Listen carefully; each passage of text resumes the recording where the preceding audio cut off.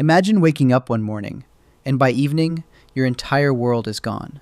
No war, no record of defeat, no king writing about their final battle, no survivors screaming for help, just silence. That is the story of one of the greatest civilizations the world has ever seen. A civilization so advanced that even today, we are still asking, where did they go? This is the story of the Harappan civilization, and the mystery that has haunted historians, archaeologists, and scientists for over 100 years.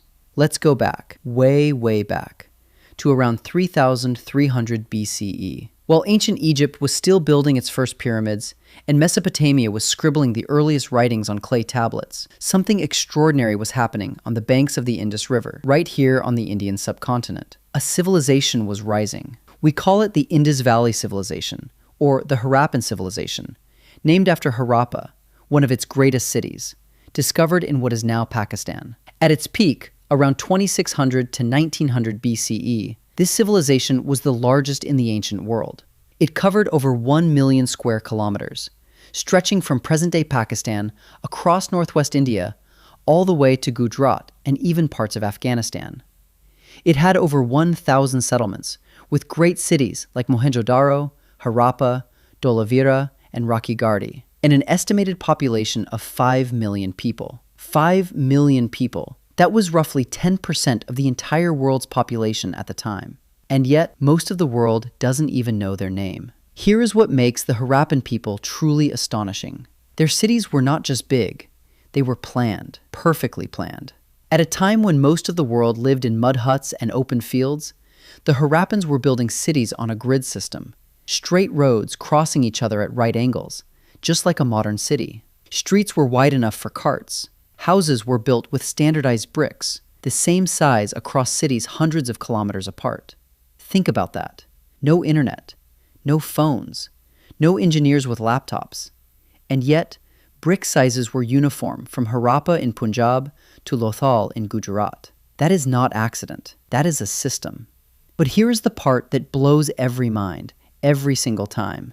The Harappans had the world's first urban sanitation system. Every house had a bathroom. Every bathroom had a drain. Every drain connected to a main city sewer. Underground pipes made of baked brick carried waste out of the city. London got its sewer system in 1865 CE. The Harappans had one in 2500 BCE.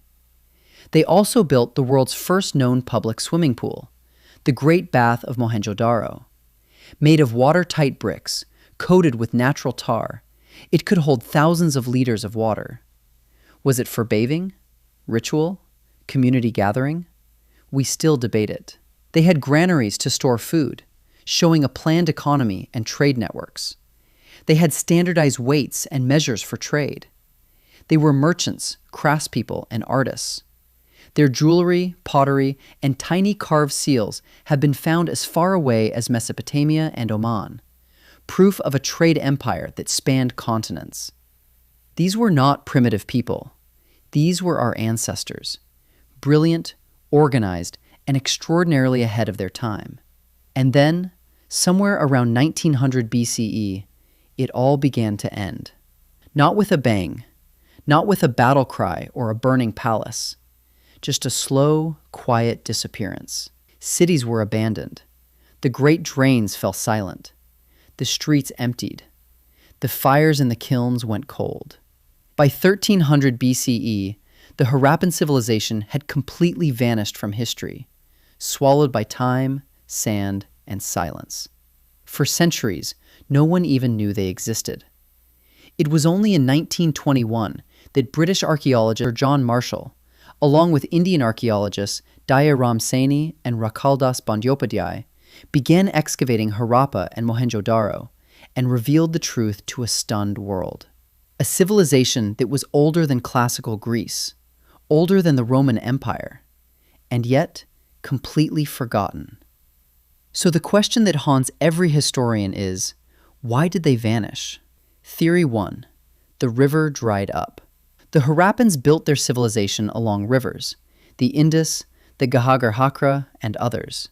Ancient texts like the Rig Veda even mention a great river called the Saraswati, which many scholars believe once flowed through this region. Recent satellite studies and geological research suggest that around 4,000 years ago, monsoon patterns shifted dramatically. The great rivers began to weaken, dry up, or change course. Without water, the crops failed. Without crops, the cities starved.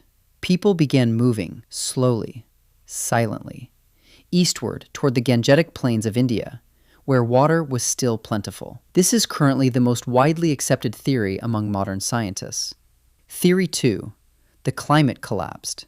Closely connected to the river theory is a larger climate crisis.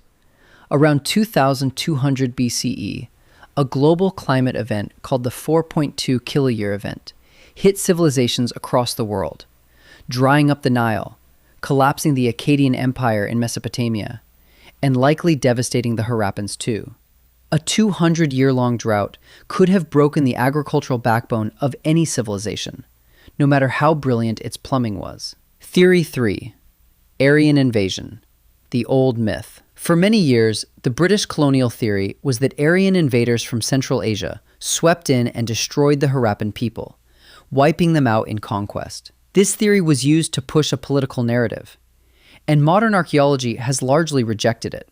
DNA studies, excavation findings, and the absence of mass graves or battle damage in most Harappan cities strongly suggest there was no violent conquest. The end was slower, quieter, and more devastating for being so. Theory 4.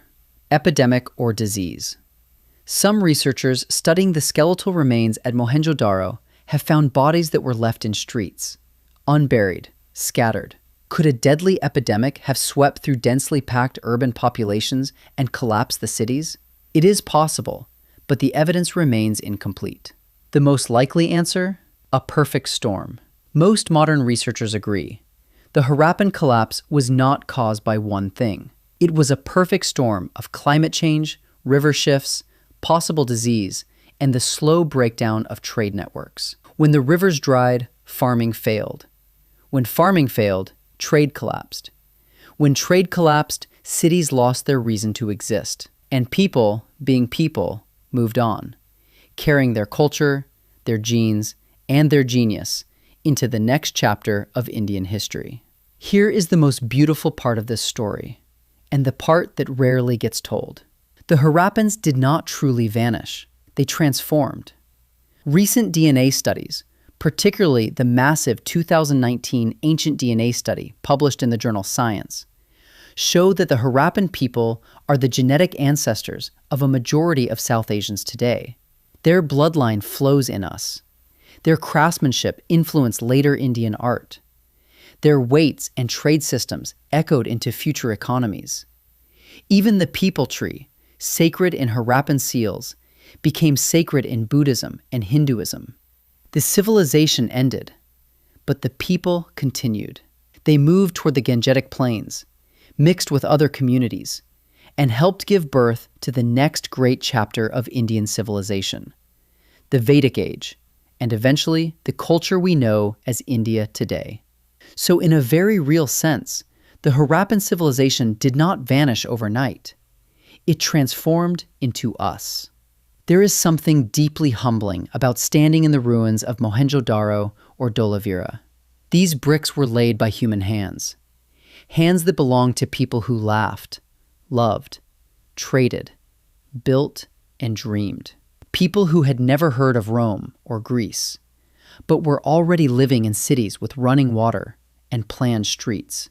They did not disappear because they were weak. They disappeared because the earth itself changed beneath them. The river shifted. The rains stopped. The world they had built their lives around transformed into something they could no longer survive in. And yet, they adapted. They moved. They carried their knowledge forward. That is not the story of a civilization that failed. That is the story of a people who endured. The next time you see an ancient brick or read about Indian history, remember, the story begins much earlier than most textbooks tell you. It begins in the cities of the Indus Valley, with a people so brilliant, so organized, so ahead of their time, that we are still only beginning to understand them. They didn't vanish overnight. They became us. If this story amazed you, smash that like button and subscribe.